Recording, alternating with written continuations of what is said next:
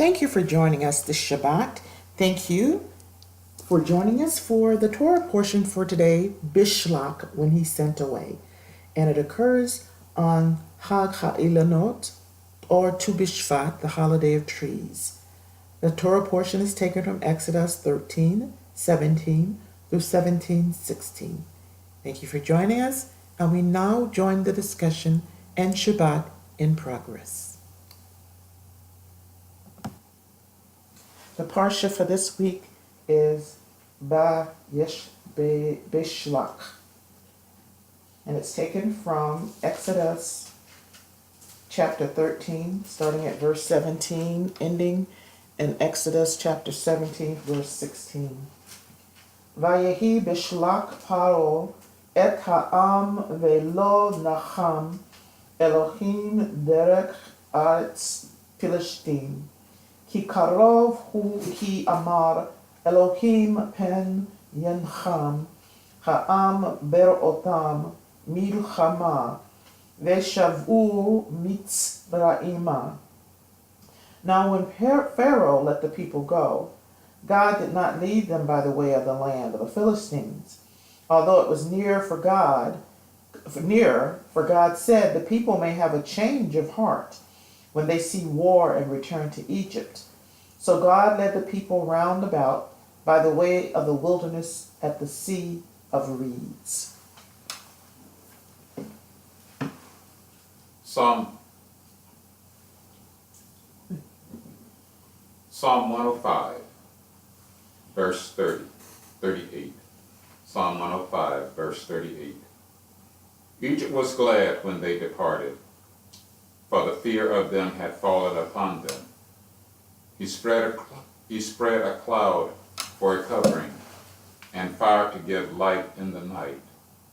The people asked, and he brought quail, and satisfied them with bread of heaven.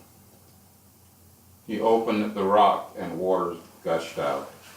It ran in the dry places like a river. For he remembered his holy promise, and Abraham his servant. He brought out his people with joy, his chosen ones with gladness. He gave them the lands of the Gentiles, and they inherited the labor of the nations, that they might observe his statutes and keep his laws. Praise the Lord. This is the word of the Lord. Our Father in heaven, hallowed be your name. May your kingdom come. May your will be done. We give thanks to you, Lord, for this day.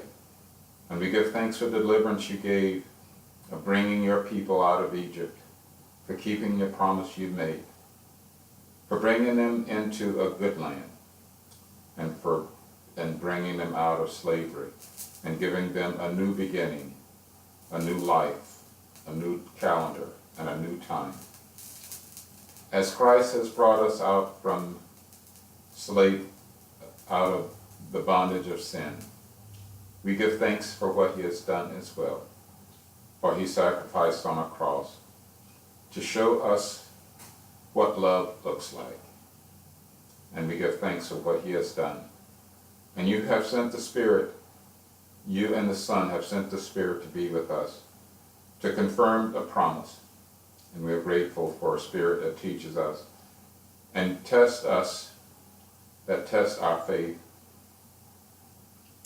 And we, Lord, on this day of rest that you have given through the freedom of Christ and through your deliverance of your people from Egypt, this day to rest, this Shabbat of rest, and we acknowledge what you have done, and we do as we please, and we rejoice in your work. This we ask, this we pray in the name of our Christ Jesus. Amen. Amen.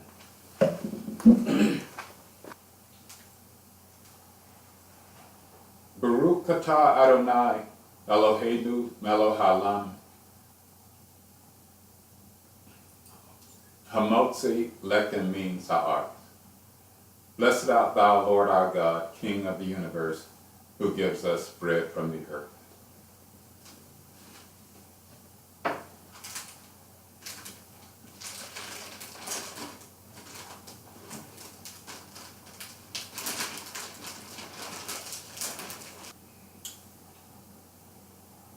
Baruch atah Adonai Eloheinu melech haolam Berei pri hagafen. Shabbat shalom. Shabbat shalom. Shabbat shalom. Shabbat shalom. Shabbat shalom. Shabbat shalom. Shabbat shalom. Shabbat shalom. Shabbat, Shabbat, Shabbat, Shabbat shalom. Shabbat shalom. Shabbat shalom. Shabbat, Shabbat, Shabbat, Shabbat shalom. Shabbat, Shabbat. Shabbat, Shabbat, shalom. Shabbat, Shabbat. Shabbat, Shabbat, shalom. Shabbat, shalom. Shabbat, shalom. Shabbat, Shabbat, Shabbat, Shabbat, shalom. Shabbat, shalom, everybody. Shabbat shalom. Shabbat, shalom. The Parsha this week from Beshalach is divided into 3 sections. Rescue at sea, Exodus 13, chapter 13, verse 17 through chapter 14, verse 31. The next part is the song at sea, and that starts in Exodus chapter 15, verses 1 through 21.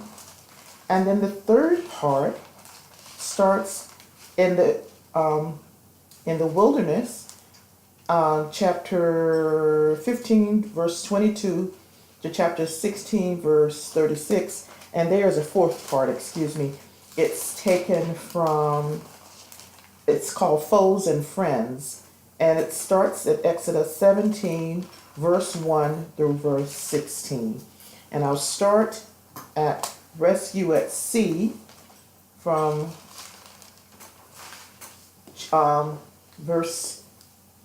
chapter 13, verse 17. Now when Pharaoh let the people go, God did not lead them by way of the land of the Philistines, although it was near, for God said the people may have a change of heart when they see war and return to Egypt. So God led the people round about by the way of the wilderness at the Sea of Reeds. Now the Israelites went up armed out of the land of Egypt, and Moses took with him the bones of Joseph, who had exacted an oath from the children of Israel, saying, God will be sure to take notice of you. Then you shall carry up my bones from here with you. They set out from Succoth and encamped at Etham at the edge of the wilderness. The Lord went before them in a pillar of cloud by day to guide them along the way, and in a pillar of fire by night to give them light, that they might travel day and night. The pillar of cloud by day and the pillar of fire by night did not depart before the people. The Lord said to Moses, tell the Israelites to turn back and encamp before Pi-hahiroth, between Migdal and the sea, before Baal Zephon. You shall encamp facing it by the sea. Pharaoh will say of the Israelites, they are astray in the land, the wilderness has closed in on them. Then I will stiffen Pharaoh's heart, and he will pursue them, that I may assert my authority against Pharaoh and all his host. And the Egyptians shall know that I am the Lord. And they did so. When the king of Egypt was told that the people had fled, Pharaoh and his courtiers had a change of heart about the people and said, what is this we have done, releasing Israel from our service? He ordered his chariot and took his men with him. He took 600 of his picked chariots and the rest of the chariots of Egypt, with officers in all of them. The Lord stiffened the heart of Pharaoh, the king of Egypt, and he gave chase to the Israelites. As the Israelites were departing boldly, the Egyptians gave chase to them and all the chariot horses of Pharaoh. His horsemen and his warriors overtook them, encamped by the sea, near Pi-hahiroth, before Baal Zephon. As Pharaoh drew near, the Israelites caught sight of the Egyptians advancing upon them.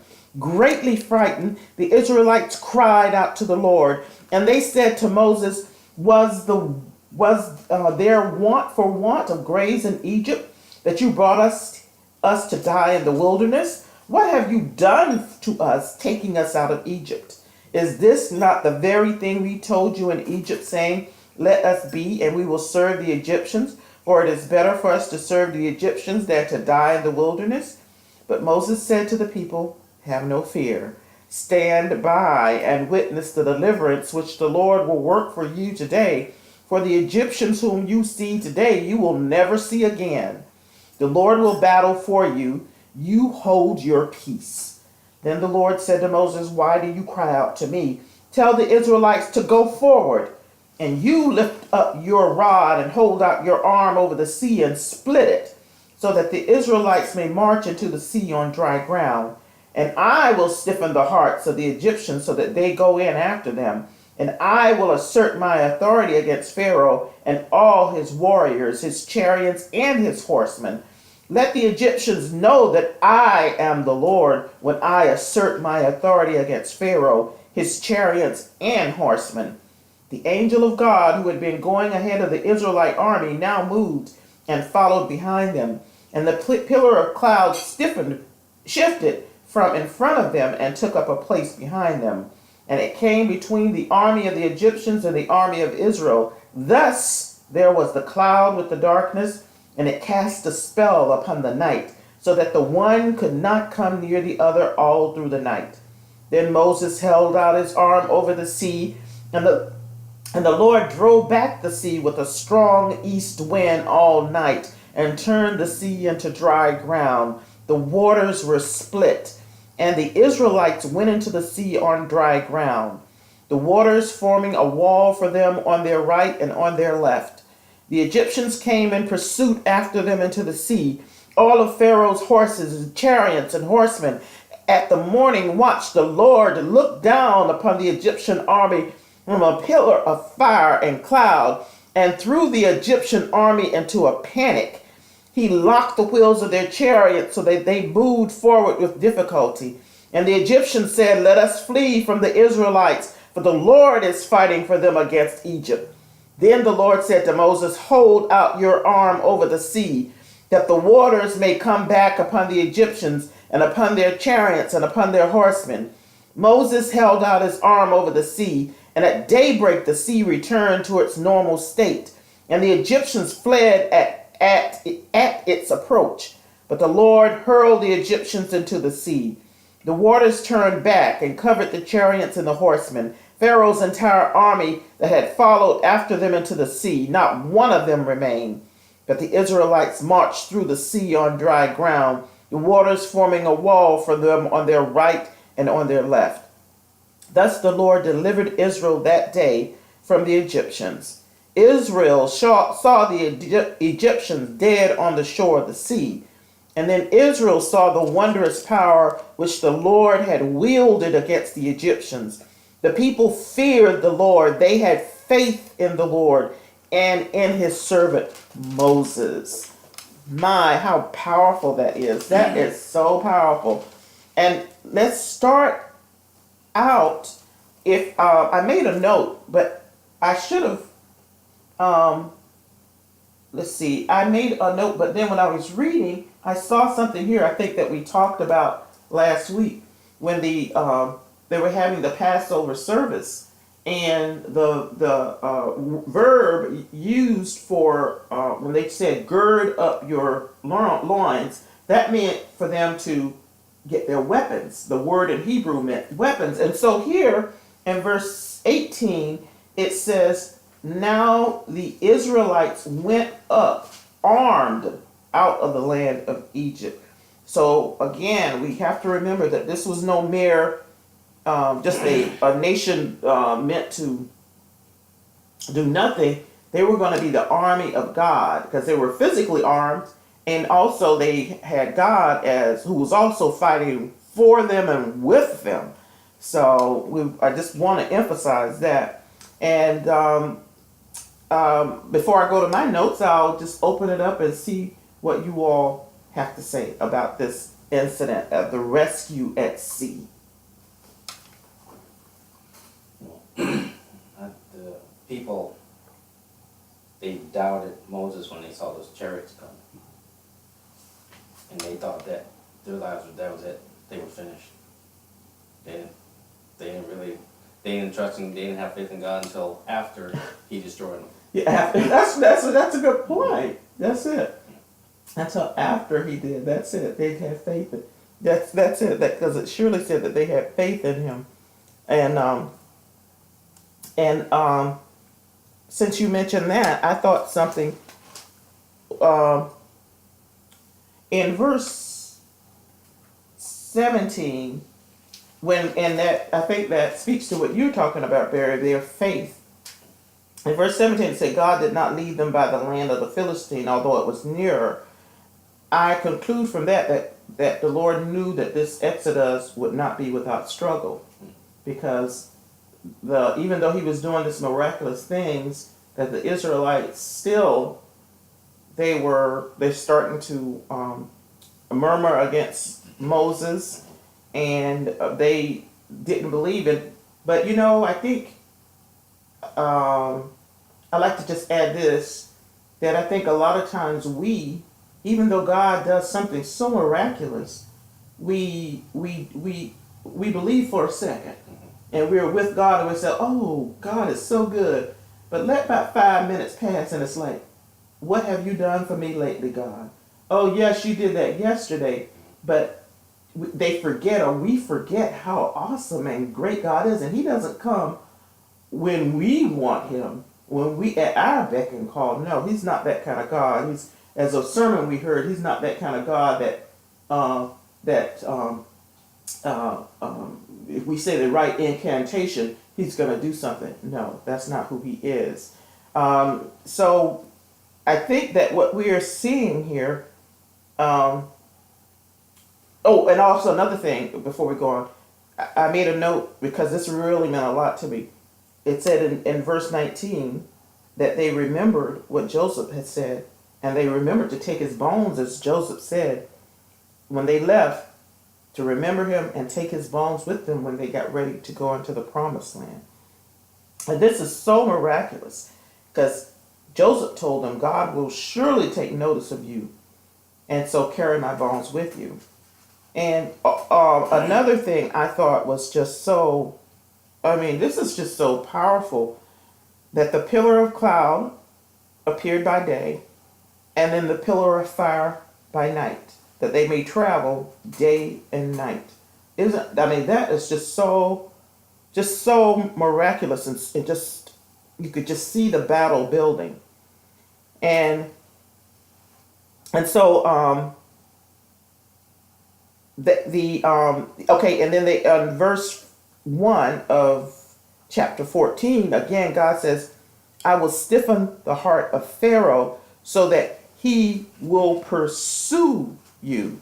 And on my note, I wrote, stiffened heart leads to destruction. That anytime that we, rather than let God handle the situation or appeal to God, if we insert ourselves in a situation like Pharaoh did, where his heart is stiffened because that's who he is, that's what he is, that he's certainly his whole army is gonna be destroyed. He and his army are being destroyed because of his stiffened heart, and also because, as we discussed last week, Pharaoh really has no choice, because if he is this God as he is proclaimed to be, then he has to go up against the God of Israel. Else, either way, he's going to be killed. The Egyptian is going to kill him, or the God of Israel is going to kill him. So he has to, he's in a no-win situation. He could repent and say, oh yes, you are God. There's none like you, and take his chances. But evidently not. Yeah, but do that. No. And so, I'm sorry, go ahead. Too much pride. Yeah, pride, exactly. I think that's part of that. That's good. That's part of that stiffening. I think it is pride, where you won't admit your shortcomings, or you won't repent because of pride. And I also noted again that the Israelites started to murmur against Moses. Here is and again, I'm not belittling them, because if we were in the same situation, how many of us would begin to murmur too and start saying, what are you doing to us, or why are you doing this? Yes, Moses has a big job on his hands. So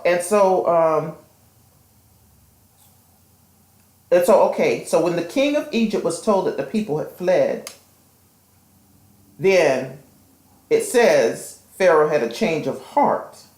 But was his heart really ever changed anyway? Did he really? They say when he realized that they were permanently gone and not just going to worship God for 3 days and 3 nights or whatever, that they were gone. Their workforce, like we were talking about last week, their workforce is going permanently, and then his heart is stiffened even more, and he begins to chase them. And I think this is an interesting part in verse 10 of chapter 14. And as Pharaoh grew near, and part of what you were talking about there, as they grew near, the Israelites become afraid. Because they are afraid because they think that Pharaoh is going to win, that Pharaoh is going to win out. And they start crying out to the Lord. They cry out, but then they start murmuring against Moses. It says, weren't there graves in Egypt for you to bring us out here into the wilderness? What have you done? What are you doing? So like, what is your plan, Moses? Here's Pharaoh coming to destroy us. And so I like what Moses says. And what a leader to have him say, have no fear. Stand by and witness the deliverance which the Lord will work for you today. For the Egyptians whom you see today, you will never see again. And the Lord will battle for you. He will battle for you. And I thought that was so awesome. So awesome. And so then we go on, and then in verse 15, the Lord, in my notes I wrote this down because I love this, because the Lord, it's like, Lord, he says, Lord said, why do you cry out to me? It's like God said, don't you believe? You saw what I was capable of before. Don't you believe? Why are you crying out to me? Tell him to go forward, to step into the sea. And there's I hope I'm telling it's a story, and they called it. I had a cartoon. Someone gave me a cartoon, an Israeli cartoon, and in the person I think who goes first, they call him I hope I pronounced it right, Nachshon. That's the Hebrew name, a male name. And anyone who goes first, they says he's a Nachshon. Well, this Hebrew cartoon I had, they had this guy, and he was in front of the group of the Israelites getting ready to go into the sea, and it was so funny because he had a little inner tube around him, because he knew he's supposed to go into the water, that God was not going to part the water until they stepped in. And I've seen that so many, and it makes sense. It makes sense, but how many of us would do that? And one commentary said he didn't start parting the water until they were chest high into the water, to show that they believed.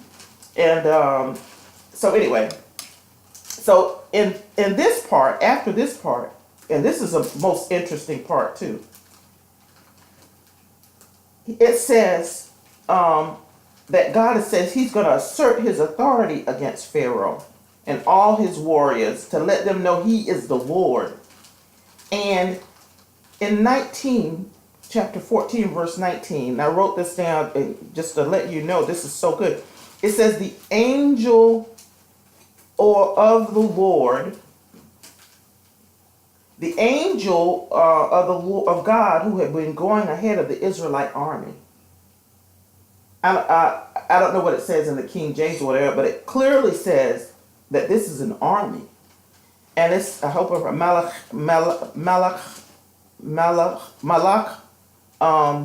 Ha-Elohim. It's the angel of the Lord in Hebrew.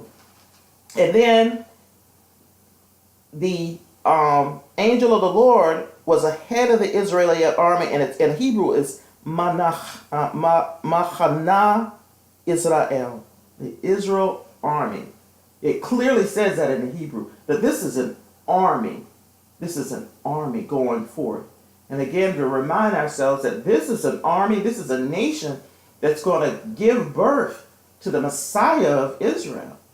So this is like, I mean, who needs science fiction when you got this right here, where the God of the universe is birthing an army, his own army here on this earth from the belly, from the womb of Egypt. He has brought them out. He has birthed this army of the Lord.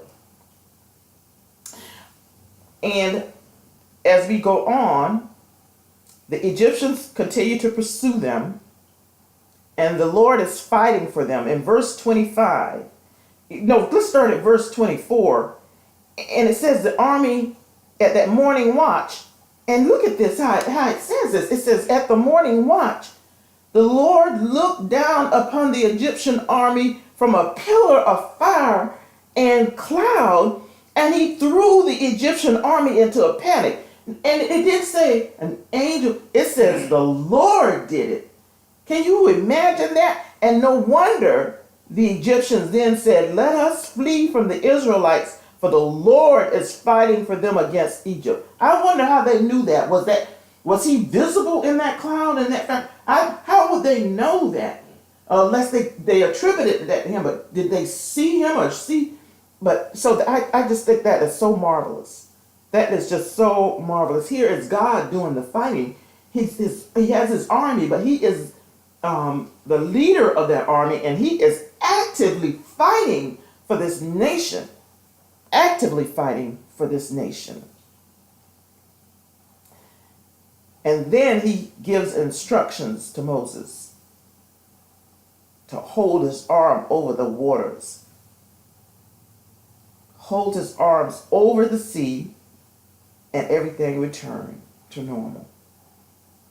But, always a but, the Israelites marched through the sea on dry ground, the waters forming a wall for them on the right and their left. And the Lord delivered Israel that day. He gave birth to Israel and delivered him from the womb of Egypt. And Israel saw the Egyptians dead on the shore, as Moses had prophesied. And when Israel saw the wondrous power which the Lord had wielded against the Egyptians, buried what you said, the people feared the Lord, and they had faith in the Lord and in his servant Moses. What a fantastic epic that we have been privy to witness in this Parsha for this Shabbat. The birthing of Israel, of this people from the womb. And just like a baby being born, it took a lot of pain and suffering. But here is this new nation of Israel. Not only a nation, but an army. Clearly an army. And it's not just an army of when you think of army, when you think of a physical army, you have weapons. But their weapons are greater. They have weapons, yes, in the physical, but they have weapons because the God of the universe is their leader and fighting for them. How can you go wrong with him fighting for you? All right.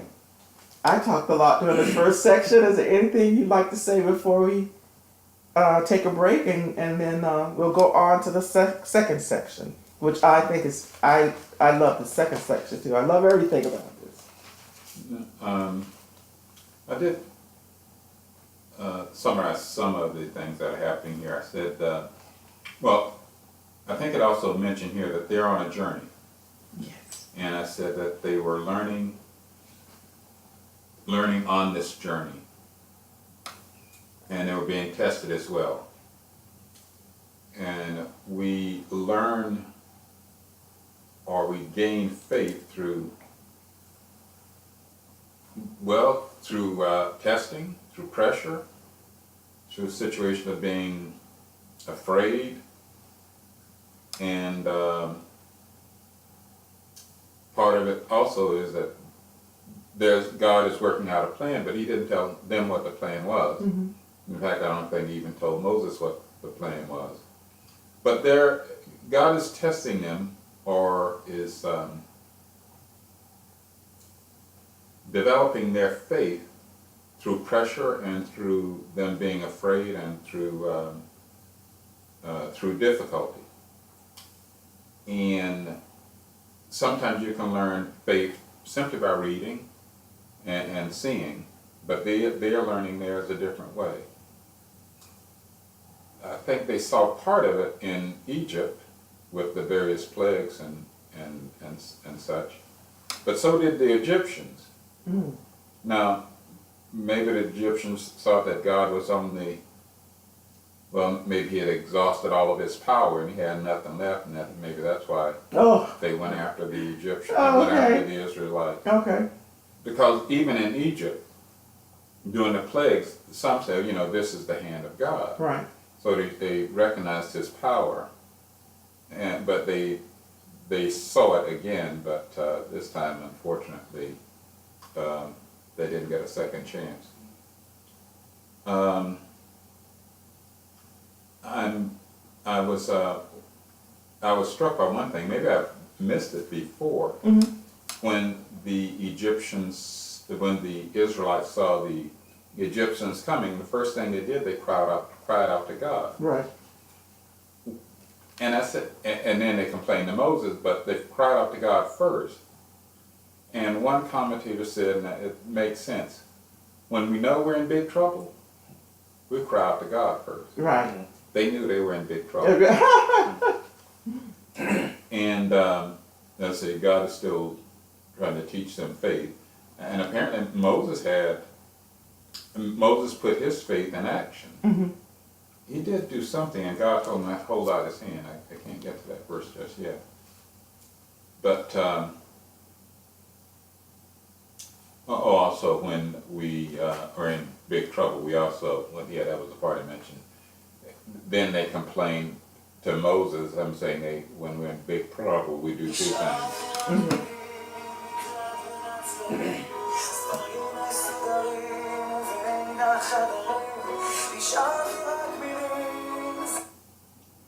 We will call out to God, and then we'll stop blaming others for our situation. Mm-hmm.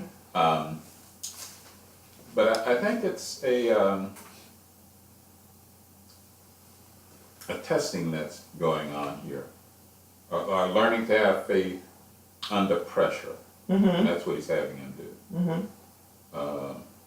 Or learning to trust him under pressure.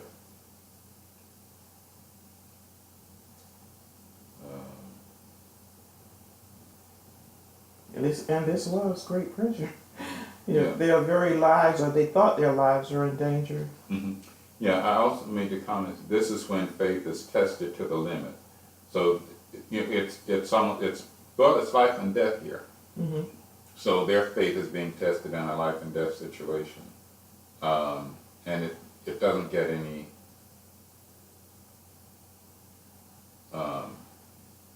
it's not any greater than that. Mm-hmm. You might trust God for a car or something like that, or a new job. But here, this is life and death. Mm-hmm. So that their faith is being tested to the limit, or they're learning to have faith Mm-hmm. in God. Let me put it that way. And that's what I end up seeing in 13 and 14. Mm-hmm. Oh, there was one other thing in one comment. I don't know if they defined it, but they used they explained the word boldness when they went out boldly, Mm-hmm. or with boldness.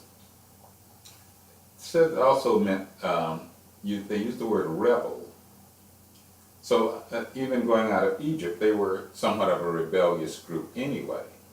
So them being rebellious really didn't start while they were on this journey. They were rebels even at the exit of Egypt, the exit from Egypt. Stiff neck and Yeah.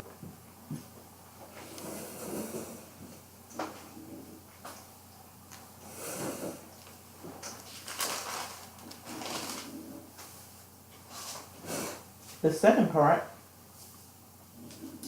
the Shirah, which is Hebrew for song, the song at the sea. And it's Exodus chapter 15, verses 1 through 21. There's part of it that there's a melody at all of it. I know a melody to the couple of last verses, and I'll sing it when I come to it in Hebrew. Then Moses and the Israelites sang this song to the Lord. They said, I will sing to the Lord, for he has triumphed gloriously.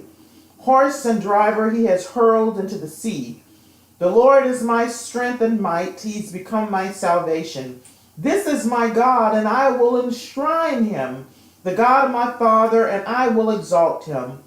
The Lord, the warrior, Lord is his name. Pharaoh's chariots and his army he has cast into the sea, and the pick of his officers are drowned in the sea of reeds. The deeps covered them. They went down into the depths like a stone. Your right hand, O Lord, glorious in power. Your right hand, O Lord, shatters the foe.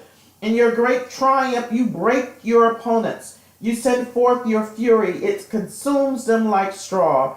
At the blast of your nostrils, the waters piled up. The floods stood straight like a wall. The deeps froze into the heart of the sea. The foe said, I will pursue. I will overtake. I will divide the spoil. My desire shall have its fill of them. I will bear my sword. My hand will subdue them. You made your wind blow. The sea covered them. They sank like lead in the majestic waters. Who is like you, O Lord, among the celestials? Who is like you, majestic in holiness, awesome in splendor, working wonders? You put out your right hand, the earth swallowed them. In your love you lead the people you redeemed. In your strength you guide them to your holy abode. The peoples hear, they tremble. Agony grips the dwellers in Philistia. Now are the clans of Edom dismayed. The tribes of Moab tremble, grips them. All the dwellers in Canaan are aghast. Terror and dread descend upon them. Through the might of your arm they are still as stone, till your people cross over, O Lord, till your people cross whom you have ransomed. You will bring them and plant them in your mountain, the place you made to dwell in, O Lord, the sanctuary, O Lord, which your hands established. The Lord will reign forever and ever. For the horses of Pharaoh and his chariots and horsemen went into the sea, and the Lord turned back on them the waters of the sea. But the Israelites marched on dry ground in the midst of the sea. And part of that Hebrew, let me see, it's, and I hope I can sing it. Mi kamoka bayelim Adonai, mi kamoka neda bakodesh nora tahivo ose fele. And it's who is like thee, O Lord. Oh, let me read the whole thing. I just read it to you, and it says who. Let me make sure I get down to the English. Who is like you, O Lord, among the celestials? Mikamocha. Who is like you, majestic in holiness, Nora Tefilo, awesome in power, working wonders. And this was just a song that extols the God who brought them. And then the rest of it. Then Miriam the prophetess, Aaron's sister, took a timbrel in her hand, and all the women went out after her and danced with timbrels. And Miriam chanted for them, "Sing to the Lord, for he has triumphed gloriously. Horse and driver he has hurled into the sea." That is so marvelous. Okay, now y'all go ahead on, and then we're going to go, next part we can come back to this. We'll go back to, because I made a few notes, but we're going to go to the third part while you are, and then we'll come back if that's okay. Unless you want to say something now. No, we can come back. Okay. Give you a chance to kind of, okay, now the third part, it's a little, no, it's not that bad. I was thinking it was lengthy, but it's not. And then by the time I finish this, then you all will be probably ready to make some comments. In the wilderness, Exodus chapter 15, verse 20 through 2 to chapter 16, verse 36. And it reads, "Then Moses caused Israel to set out from the Sea of Reeds. They went on into the wilderness of Shur. They traveled 3 days into the wilderness and found no water. They came to Marah, but they could not drink the water of Marah because it was bitter. That is why it was named Marah. And the people grumbled against Moses, saying, 'What shall we drink?' So he cried out to the Lord, and the Lord showed him a piece of wood, and he threw it into the water, and the water became sweet. There he made for them a fixed rule, and there he put them to the test. He said, 'If you will heed the Lord your God diligently, doing what is upright in his sight, giving ear to his commandments, and keeping all his laws, then I will not bring upon you any of the diseases that I brought upon the Egyptians, for I, the Lord, am your healer.' And they came into to Elim, where there were 12 springs of water and 70 palm trees, and they encamped there beside the water. Setting out from Elim, the whole Israelite community came to the wilderness of Sin, which is between Elim and Sinai, on the 15th day of the second month after their departure from the land of Egypt. In the wilderness, the whole Israelite community grumbled against Moses and Aaron. The Israelites said to them, 'If only we had died by the hand of the Lord in the land of Egypt, when we sat by the flesh pots, when we ate our fill of bread, for you have brought us out into the wilderness to starve this whole congregation to death.' And the Lord said to Moses, 'I will rain down bread for you from the sky, and the people shall go out and gather each day that day's portion, that I may thus test them, to see whether they will follow my instructions or not. But on the 6th day, when they prepare what they have brought in, it shall prove to be double the amount they gather each day.' So Moses and Aaron said to all the Israelites, 'By evening you shall know it was the Lord who brought you out from the land of Egypt. And in the morning you shall behold the presence of the Lord, because he has heard your grumblings against the Lord. For who are we that you should grumble against us? Since it is the Lord,' Moses continued, 'who will give you flesh to eat in the evening, and bread in the morning to the full, because the Lord has heard the grumblings you utter against him. What is our part? Your grumbling is not against us, but against the Lord.' Then Moses said to Aaron, 'Say to the Israelite community, advance toward the Lord, for he has heard your grumbling.' And as Aaron spoke to the whole Israelite community, they turned toward the wilderness, and there in a cloud appeared the presence of the Lord. The Lord spoke to Moses, 'I have heard the grumbling of the Israelites. Speak to them and say, by evening you shall eat flesh, and in the morning you shall have your fill of bread, and you shall know that I, the Lord, am your God.' In the evening, quail appeared and covered the camp in the morning, and there was a fall of dew upon the camp. And when the fall of the dew lifted, there over the surface of the wilderness lay a fine and flaky substance, as fine as frost on the ground. And when the Israelites saw it, they said to one another, 'What is it?' For they did not know what it was. And Moses said to them, 'That is the bread which the Lord has given you to eat.' This is what the Lord has commanded. Gather as much of it as each of you requires to eat, an omer to a person, for as many of you as there are, each of you shall fetch for those in his tent. The Israelites did so, some gathering much, some little. But when they measured it by the omer, he who had gathered much had no excess, and he who had gathered little had no deficiency. They gathered as much as they needed to eat.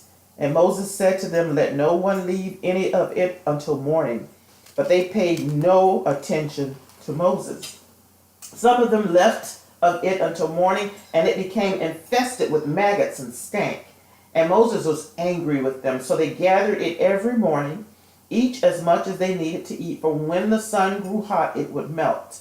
On the 6th day they gathered double the amount of food, 2 omers for each. And when all the chieftains of the assembly came and told Moses, he said to them, this is what the Lord meant. Tomorrow is a day of rest, a holy Sabbath of the Lord. Bake what you would bake and boil what you would boil, and all that is left put aside to be kept until morning. So they put it aside until morning, as Moses had ordered, and it did not turn foul. And there were no maggots in it. Then Moses said, eat it today, for today is the Sabbath of the Lord. You will not find it today on the plain. 6 days you shall gather it. On the 7th day, the Sabbath, there will be none. Yet some of the people went out on the 7th day to gather, but they found nothing. And the Lord said to Moses, how long will you men refuse to obey my commandments and my teachings? Mark that the Lord has given you the Sabbath. Therefore he gives you 2 days' food on the 6th day. Let everyone remain where he is. Let no man leave his place on the 7th day. So the people remained inactive on the 7th day. The house of Israel named it manna. It was like coriander seed, white, and it tasted like wafers and honey. Moses said, this is what the Lord has commanded. Let 1 omer of it be kept throughout the ages, in order that they may see the bread that I fed you in the wilderness, when I brought you out from the land of Egypt. And Moses said to Aaron, take a jar, put 1 omer of manna in it, and place it before the Lord to be kept throughout the ages. As the Lord had commanded Moses, Aaron placed it before the pact to be kept. And the Israelites ate manna 40 years, until they came to a settled land. They ate the manna until they came to the border of the land of Canaan. The omer is 1/10 of an ephah. That is how I'm seeing things here that I didn't see before, so that I would make note. But boy, this is so miraculous.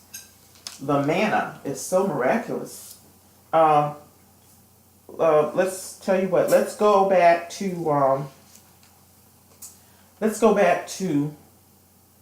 the song. Let's start there, and then we'll work our way back to the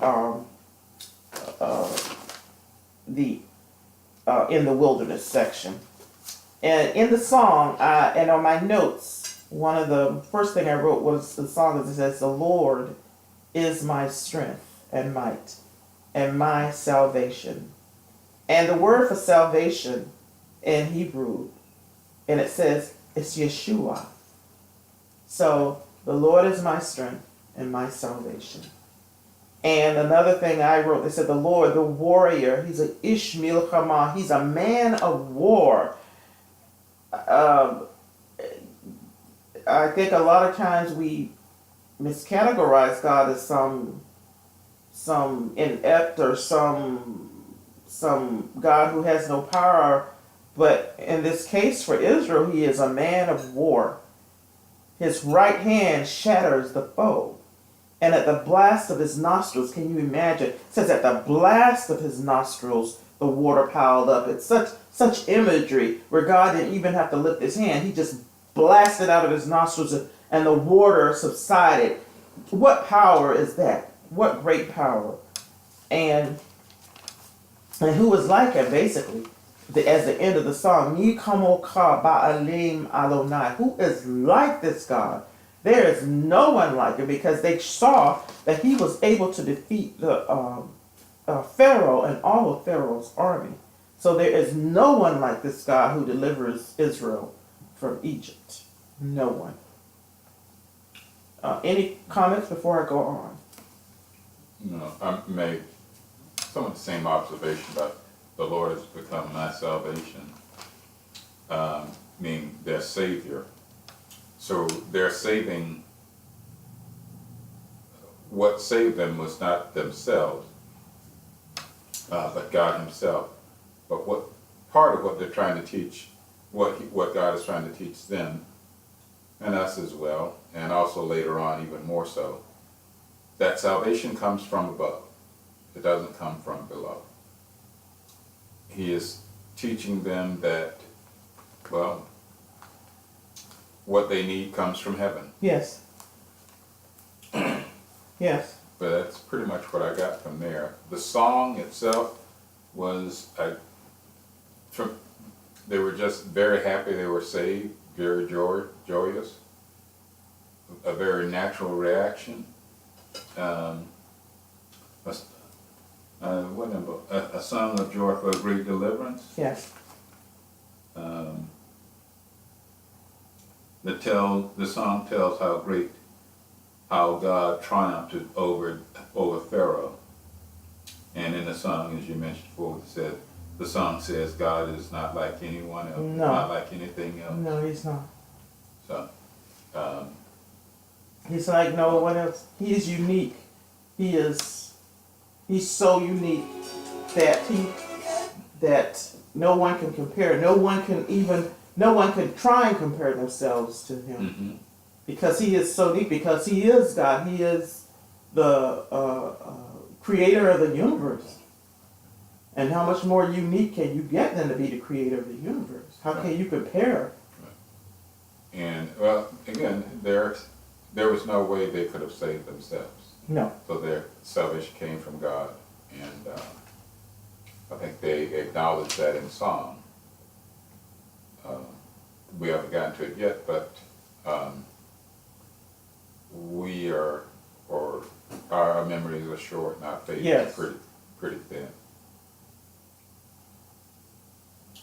Yes, let's just go segue into because the first thing I wrote on the next section, when they were in the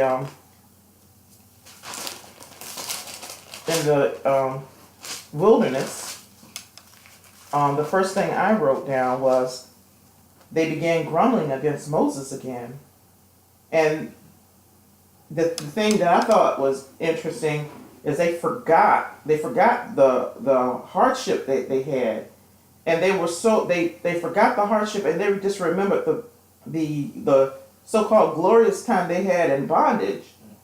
And that's, again, I'm not criticizing them, but that we all have short memories. Yes, that God does something, or we forget the bondage that we were in, and we're so willing to go back into the bondage because we're looking at it through a prism, if you so to speak, that you're only looking at the good stuff, forgetting that you were in bondage, that you were enslaved, that you were tortured. And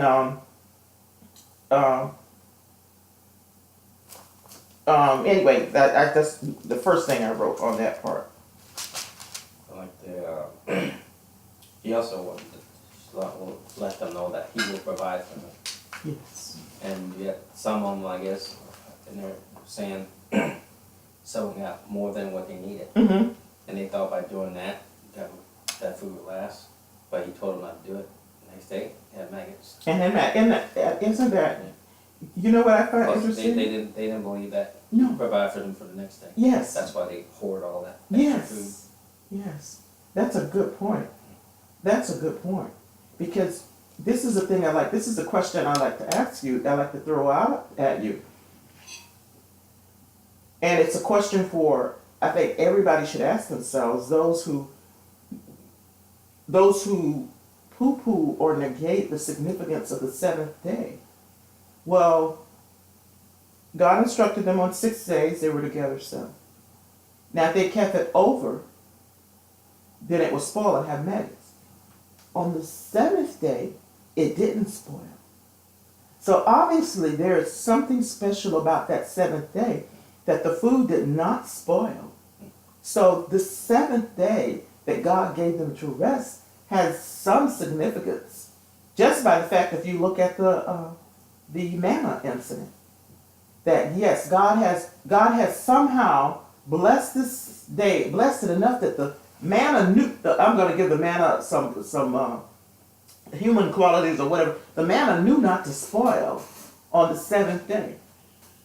I think that's that says a lot to us. This is speaking very loudly to us. And also, I know John always brings this up. The fact that he set the seventh day aside and he says, do nothing. Do nothing. This is a day of rest. Don't come out of your tents. Maybe as slaves, they had to work 7 days a week. And here God is saying to them, no, on the seventh day, I don't want you to do anything other than to stay in your tents. Matter of fact, I want you to gather enough food so that you don't have to come out to gather food because it won't be there. That here, they're not slaves anymore. That God is saying, here's a day and you rest. You're not slaves. You're not slaves. You're only, if I may use the word, you're a slave or bondservant to the Lord. And the Lord is giving you permission, saying it, you have to, that seventh day is holy. Any thoughts on that?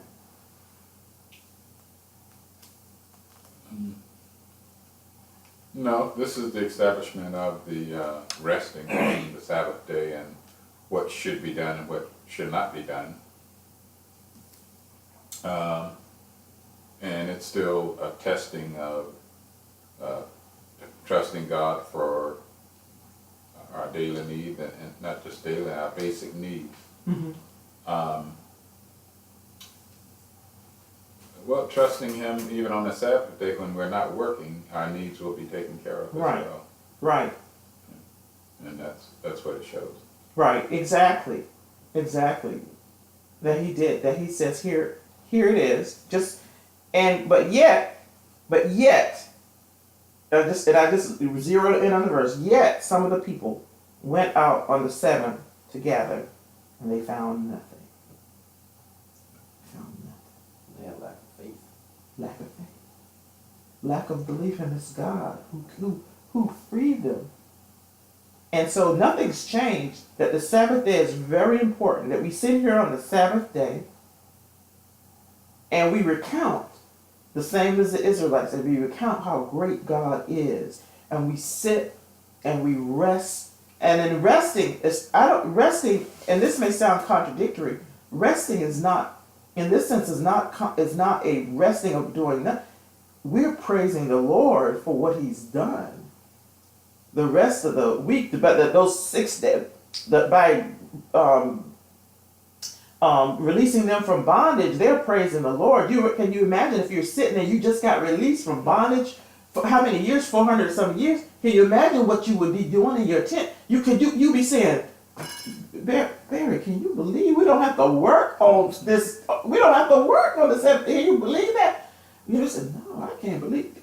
Are you sure? And maybe those people who went out together said, I don't believe that now. For 400 years, our people had to work. I'm going to go out there and see what's out there. But here God is saying, no, I want you to just sit. And when you are sitting, you are contemplating how great God is, how magnificent He is. Like the song, I can't write a better song. It said, Mi kamo kabale, who is like Him to pull us out of bondage, to give us this seventh day to rest when 400 years we've had to work on that seventh day. Who is like this God? Who is He that He would kill Pharaoh and his army? He would pull us out. Who is like this God? That's what they probably were doing in those tents. And just wondering at who this God is. That here they are, free to rest, free to contemplate who He is. Anything else?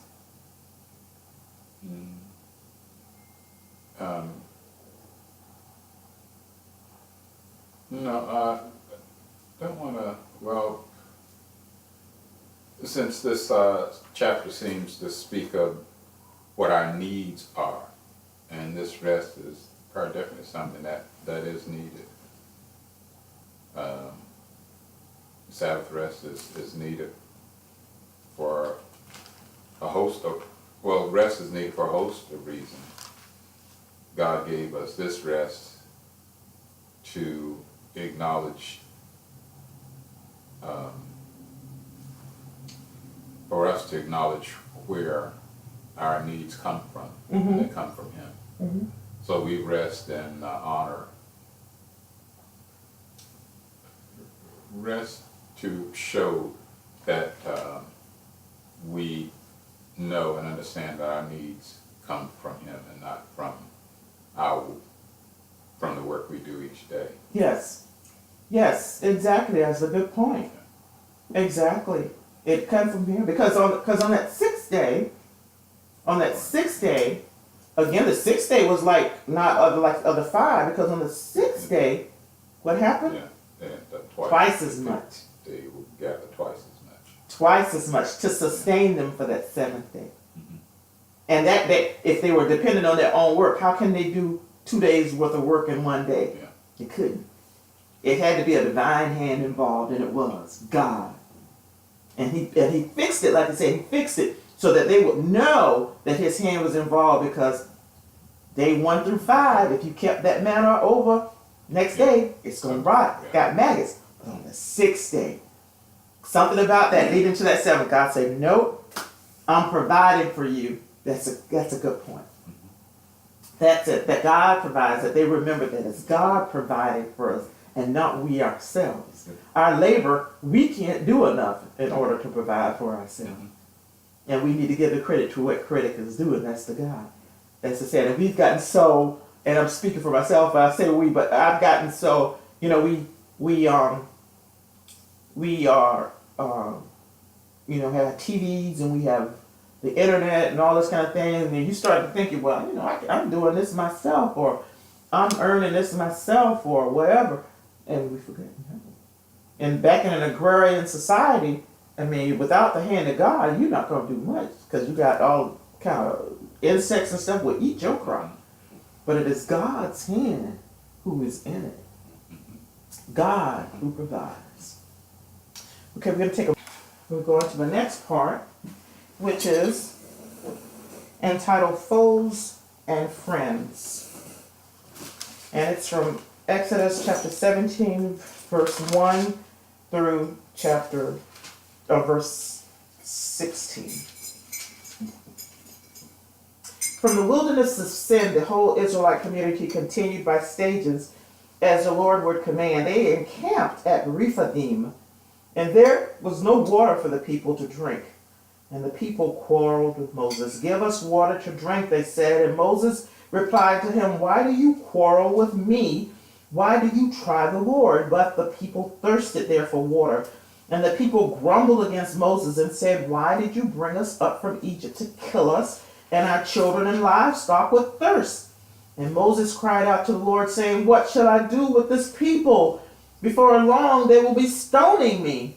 Then the Lord said to Moses, pass before the people, take with you some of the elders of Israel, and take along the rod with which you struck the Nile and set out. And I will be standing there before you on the rock at Horeb. Strike the rock, and the water will issue from it, and the people will drink. And Moses did so in the sight of the elders of Israel. The place was named Massah and Meribah, because the Israelites quarreled, because they tried the Lord, saying, this is the Lord present. No, it's saying, is the Lord present among us or not? Amalek came and fought with Israel at Rephidim. And Moses said to Joshua, pick some of men for us, and take out and do battle with Amalek. Tomorrow I will station myself on the top of the hill with the rod of God in my hand. And Joshua did as Moses told him and fought with Amalek, while Moses, Aaron, and Hur went up to the top of the hill. Then whenever Moses held up his hand, Israel prevailed. But whenever he let down his hand, Amalek prevailed. But Moses' hand grew heavy, so they took a stone and put it under him. And he sat on it, while Aaron and Hur, one on each side, supported his hands. Thus his hands remained steady until the sun set. And Joshua overwhelmed the people of Amalek with the sword. Then the Lord said to Moses, inscribe this in a document as a reminder, and read it aloud to Joshua. I will utterly blot out the memory of Amalek from under heaven. And Moses built an altar and named it Adonai Nisi. And he said, it means hand upon the throne of the Lord. The Lord will be at war with Amalek throughout the ages. And I'll just read my notes and then open it up for you all. One of the notes I put is in verse 6 when it says the Lord says, I will be standing there before you on the rock at Horeb. The Lord says it. And he says they call the place Massa, which Massa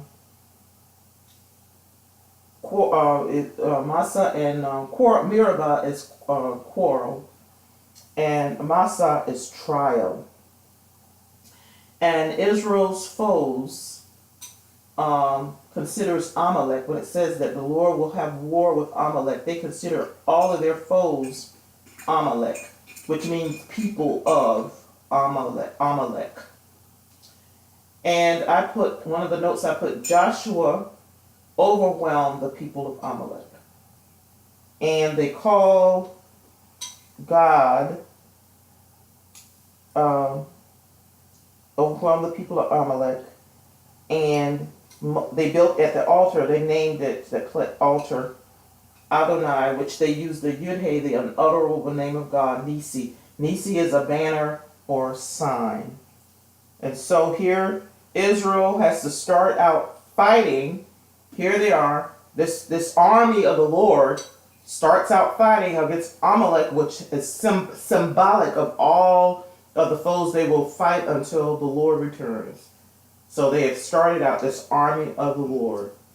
And again, and also, what also happens again, the people are quarreling again with Moses. Why do you give us some water? Moses has a big job ahead of him. And this passage, when now God told him to strike the rock here, but later on, striking the rock is going to get Moses in trouble because God didn't tell him to strike the rock. So we'll come to that. That's going to prevent him from going into the promised land. So here we have this quarreling and this trial and this fighting against Amalek, and there's nothing changed. There's nothing new under the sun. Israel will do this until they complete their job that God has given them as this nation, as this army, not just a nation, as we see that God calls him his army, that they have a job to complete as the army of the living God, of the God of the universe. And who's at the head of their army? God, the God of the universe is. Okay. Any comments? Well, probably just more restating what's been said already. Yes, the Israelites did go to battle, go to war and fight, but the deliverance came from God, and I see it came this way because when Moses' hands got a little heavy and he started dropping, yes, they started losing. So this deliverance, yes, they were doing the fighting, but the victory came through God himself. yes. Also part of 16, I'm still repeating myself, a simple test of teaching them that their needs are met from heaven. Their need is met from heaven. And I made the comment as well, so is ours. Yes. It is in Jesus Christ, eternal, who ultimately provides everything that we need. So yes, their needs were met from heaven, so's ours. Yes. Yes, I agree. There was one thing there. It says God supplied their basic needs, the basic needs of life, Actually, it was bread and meat. I couldn't figure out what to say about the meat, but I thought about the bread itself, and that the bread for them was manna, and the bread for us is Christ. The meat, I didn't touch that too much. But didn't Jesus or Yeshua said that his word is the meat or something in the New Testament that he said it's meat? I think there is something there. It's something about the meat. Because that even the Torah, this word that God has given us or gave Israel is our He does mention flesh, but I don't. Maybe that's the same as meat, I suppose. But I think he did use the word meat directly, but I didn't follow up on it. The other thing in 16, their comment was, I guess it was better to die with a full stomach as a slave than to die of hunger in the wilderness. I don't know. I don't know why. Dying is dying. I'm not sure where that's any big comfort. It's better to die with a full stomach than an empty stomach, but you're still dead. Yeah. But I guess it's something about the physical, trying to make the physical body comfortable. That the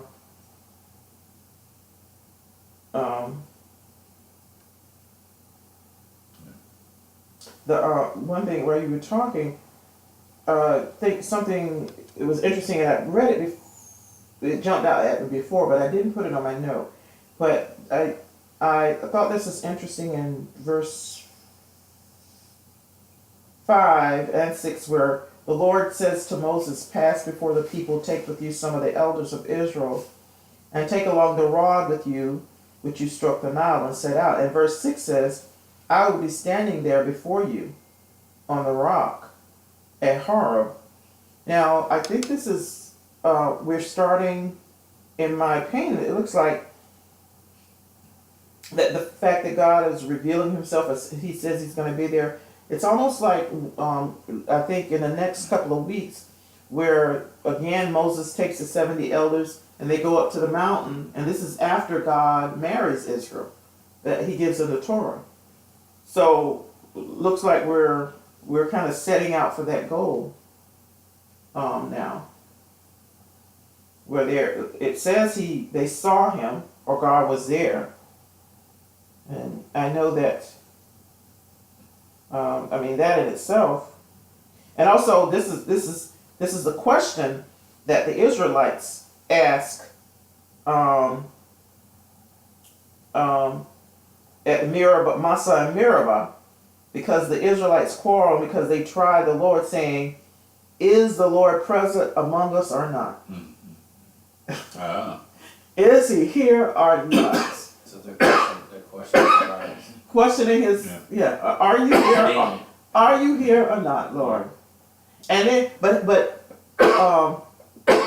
I guess again, as a sermon we listen to, are we wanting to be magicians, or are we going to trust that God is who he is? Does he always have to be doing some hocus pocus, whatever, for us to believe that he exists, or are we confident in who he is, when nothing seems to be happening, to believe he's on the throne, he's doing what he needs to do? And I think that's the question. Does God have to always part the Red Sea for you to believe that he's still on the throne? Does he have to always provide manna for you to believe that he's still God and looking after your needs? And that's a question for all of us, I think. When he is supposedly silent, that probably he's doing his greatest work. I just thought of saying that, because God is never silent. It said he neither slumbers nor sleeps. So he's always working. He may not be working the way we think he should work, but God is always working. There is always a plan. He's always doing something. Even if you don't hear from him for 400 and some years, God is always, he's on the throne. It's almost like they're trying to call him out. I agree with you. I agree with you. That's good. Call him out and say, if you God, I don't know how they got water for it. Yeah. Come Give in. me some proof. Oh yeah, show me whatever they got. Water. Put a jug of water right there. God said, I'm gonna do it my way. Go to the rock and you strike the rock. I'm sure they didn't expect water to come out of the rock. So you're right. I like that. They were trying to call him out, as we do. We always trying to call God out. Say, if you God, well, come and do this. Or why did you let this happen? Or why did that? Well, He's God, and He knows more than we know. We mere mortals. Mere mortals. How dare we think we know more than God?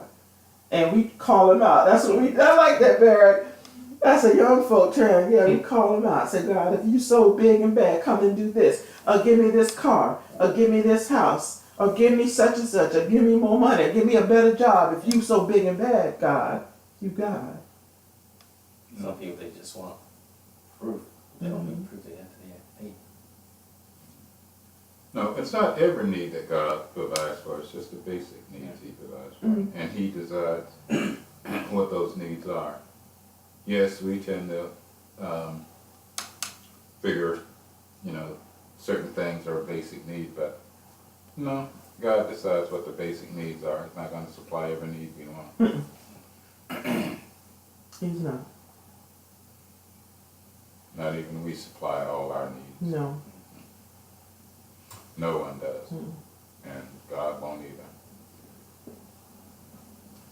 Then if that was the case, then what we would want would become our God. Yes. We'd become the God, say, I want this, and you'd have it. So Yes. it's very destructive. Mm-hmm. And people get to a point, well, I'm getting that all the time, and they don't need to trust in it. Exactly. Yeah. That's a good point. So why do I need an invisible God? My stuff is coming my way all the time.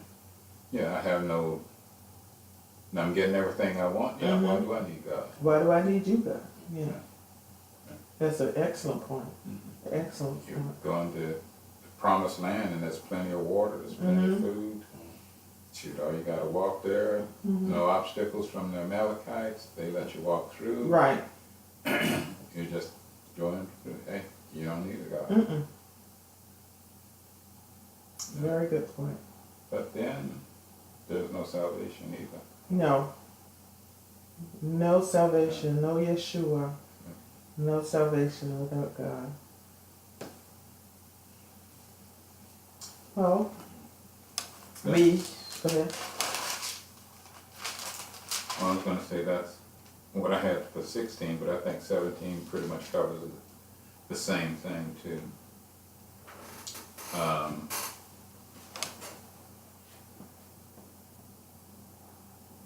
One comment I made, let's see, the basic needs of life. Do we trust God when we do not have them? Mm-hmm. In chapter 17, it was the water they needed. Mm-hmm. And what happened there was they were being taught how to trust God for water. And we also need God's help when we're fighting for our lives, even during battle. So it's just as much a test for us as it is for them Mm-hmm. to call upon God's name and only expect that He would supply our needs and not what we Yes. want, Yes. but supply our basic needs. Yes. That we call upon His name. So God is the ultimate provider. Yes, He is. So, Yes, He is. Yes. All El Shaddai says He's the all sufficient one. mhm. He is sufficient enough in and of Himself to provide anything that we need. He is. He is sufficient. And we trust in Him. We trust in His sufficiency because His sufficiency is without end. Without end. Mhm.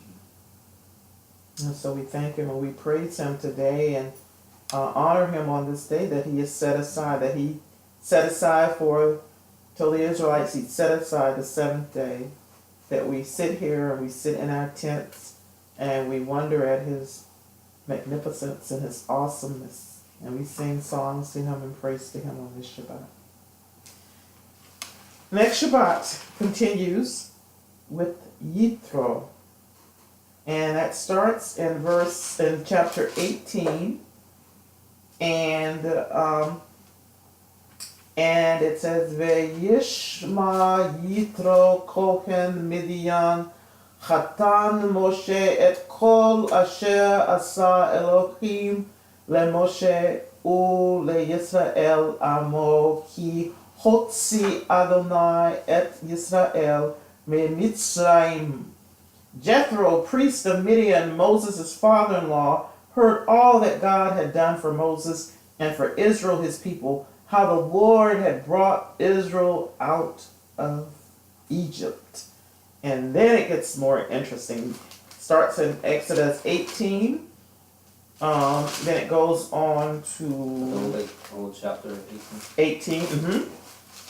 And then it goes to chapter 19 at the Sinai, verses 1 through 25. And then it goes to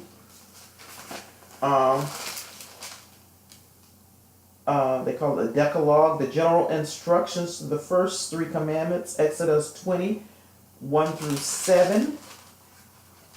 And then it goes through several parts, Exodus 20, 12 through 16. So we're talking about the Ten Commandments, so it's short little sections here. And then laws on worship, serfdom, and injuries, and it ends on the 21st chapter, 36th verse. So chapter 18 through 21, not 36, through 2023. And so we have 2023? 20. Chapter 20, verse 23. Yes, that's the end of it. It's just a small little section.